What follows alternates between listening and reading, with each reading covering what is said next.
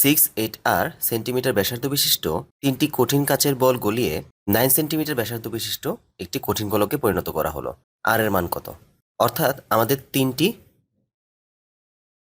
কাচের বল দেওয়া ছিল, যাদের ব্যাসার্ধ হচ্ছে 6 সেন্টিমিটার, 8 সেন্টিমিটার এবং r সেন্টিমিটার, এবং এদেরকে গলিয়ে একটি 9 সেন্টিমিটার ব্যাসার্ধের কঠিন গোলকে পরিণত করা হয়েছে। এখানে আর এর মান বের করতে বলা হয়েছে। এখানে যেহেতু 3টি বল গলিয়ে একটি বল তৈরি করা হয়েছে, তার মানে এই 3টি বলের আয়তনের সমষ্টি করলে নতুন বলটির আয়তনের সমান হবে। এখন আমরা গোলকের আয়তন নির্ণয়ের সূত্র জানি যে 4/3 ইন্টু পাই ইন্টু ব্যাসার্ধ কিউব, অর্থাৎ 6 কিউব।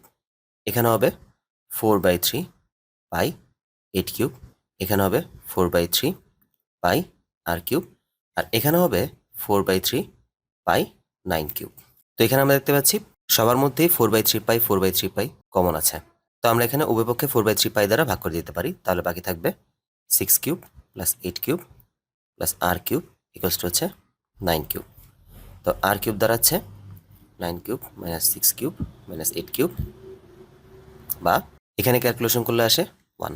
এখন উভয় পক্ষে কিউবিক রুট করলে আমরা পাই আর ইকুয়ালস টু হচ্ছে 1। দ্যাট মিন্স আর মান দাঁড়াচ্ছে 1 সেন্টিমিটার।